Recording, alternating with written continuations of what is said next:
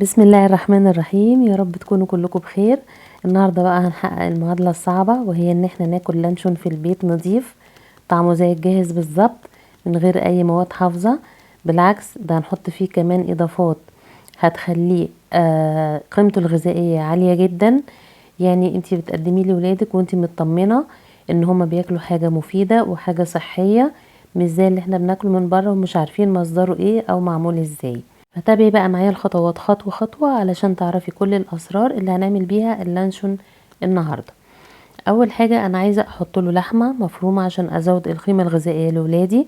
فأنا بجيب ربع كيلو لحمة مفرومة من عند الجزار، وهو بيفرمها لك قولي له حطي لي معاها حتة من الدوش. لأن الدهن الدوش ده بيدي طراوة كده للحمة وبيديها طعم حلو. فقولي له افرم لي معاها حته من الدوش. هجيب بقى اللحمه حطيها بقى في كبه، حطيها في خلاط، حطيها حتى في مطحنه التوابل، مش مشكله، يعني هتشتغل في كل الاحوال. هنحط معاها 3 مكعبات تلج، والتلج ده فايدته ان هو بيطري اللحمه وبيفتت الانسجه بتاعتها. هنا انا لقيت ان انا محتاجه اضيف لها مكعب تلج كمان، فضفت لها مكعب تاني علشان خاطر اللحمه بتاعتي انا عايزاها طريه او مش عايزه بقى فيها انسجه وحتت لحمه والكلام ده كله. اللحمه بقى خلاص بدات تبقى طريه، نفتح بقى ونشوف. بصي بقت عامله زي الكريمه، احنا عايزينها كده، عايزينها طريه زي الكريمه بالشكل ده. باجي بقى بعد كده بضيف لها، وده المكون السري، نص كوبايه لبن. يمكن محدش عمله باللبن قبل كده، بس انا عايزه اقولك ان هو تحفه. طبعا وقيمه غذائيه عاليه. فبضيف لها بقى كوبايه اللبن واضربها لغايه ما تطرى. بعد كده احط لها بيضتين، بيضتين بس مش اكتر، وبرضو اضربها. كل حاجه احطها لازم اضرب بعدها. واحط لها دول 3 معالق كبار من اللي هي معالق الاكل دي، 3 معالق زيت، بس طبعا يكون زيت ريحته كويسه ويكون زيت كويس. وبرضو اضرب تاني.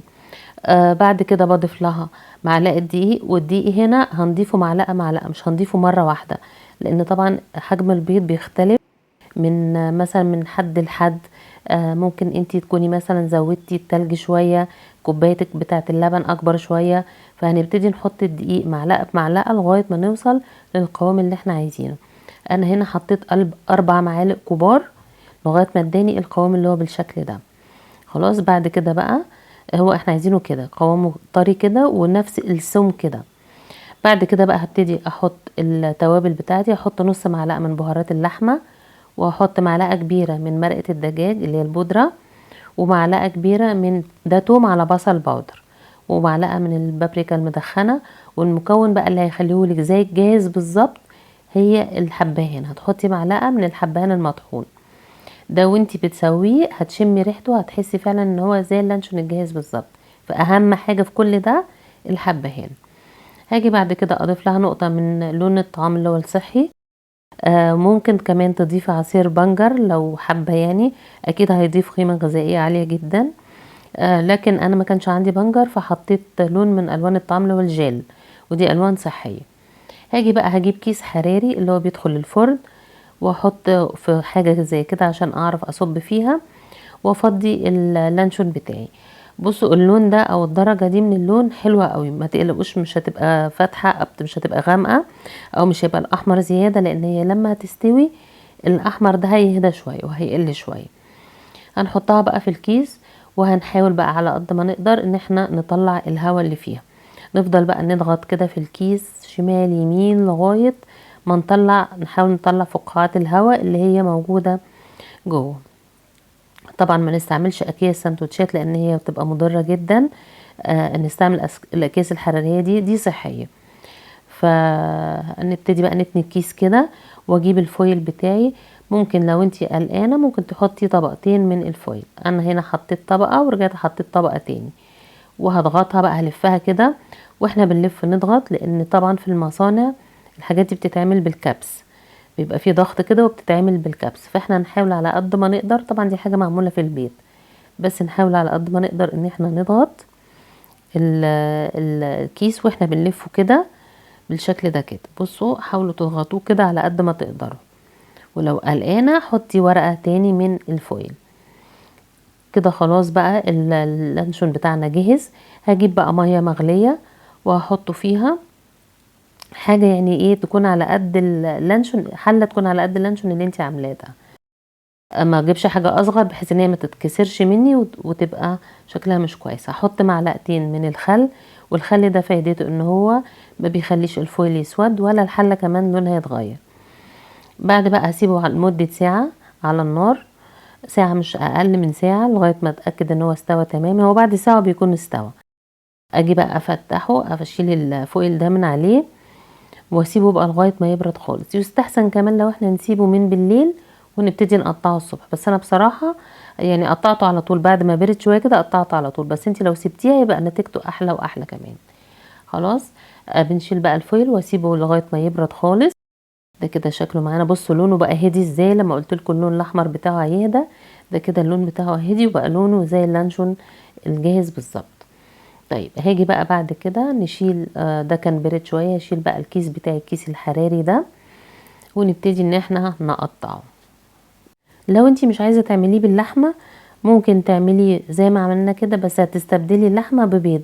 يعني بدل ما هتبقى بيضتين هتبقى 6 بيضات، هتزودي طبعا في الدقيق شويه. فهيديك لانشون من غير لحمه. بس هي ربع كيلو لحمه هتزود القيمه الغذائيه، في نفس الوقت ولادنا هياكلوا حاجه نظيفه وحاجه مفيده. طبعا بقى واحنا بنقطع لازم يبقى معانا سكينه حاميه علشان خاطر نعرف نقطع كويس. او ممكن لو توديه عند اي بقال يقطعهولك على المكنه بتاعته، بس هي مش مستاهله، يعني انت ممكن تقطعيها في البيت عادي خالص. عايزه اقول لكم بقى طعمه تحفه، والحبهان بجد فرق فيه جدا. ضروري لما تعملوا لانشون تحطوا حبهان فيه، فعلا بيديكي طعم وريحه زي الجاهز بالظبط. ده كده اللانشون بتاعنا. بصوا طري بقى وجميل وطعمه حلو. واللبن ده كمان اداله، يعني اللبن كمان بيساعد على ان هو يفتت اللحمه، الانسجه بتاعه اللحمه، الانزيمات اللي في اللبن بتفتت الانسجه بتاعه اللحمه، فبرضو خليته طري معانا بالشكل ده كده. تقدري بقى تعمليه ساندوتشات، تقدري تحطيه على بيتزا. شوفي بقى الطريقه اللي ولادك بيحبوا ياكلوا بيها اعمليها لهم. طبعا دي بقى ساندوتشات للمدارس تحفه، هيطلبوها منك باستمرار. بالذات لما هيلاقوا انه طعمه حلو، وهما مش فاهمين بقى، مش فارق معاهم حته ان هو في مواد حافظه او ما فيهوش، ما بتبقاش فارقه معاهم قوي دي. هو المهم ان الطعم يطلع عندهم مظبوط. فجربي بقى الطريقه دي وان شاء الله هتعجبك. هستنى بقى تجربوا الطريقه دي وتقولوا لي رايكم في التعليقات مين عمله. وما تنسوش بقى اللايك والشير عشان يوصل لاكبر عدد ويستفيدوا منه. واستنوني بقى ان شاء الله في فيديو تاني هعمل لكم لانشون الفراخ بطريقه تحفه واسهل كمان من كده بكتير. جربوه وقدموا لولادكم لانشون احلى وافيد وانضف كتير من الجاهز، وبألف هنا. والسلام عليكم ورحمة الله وبركاته.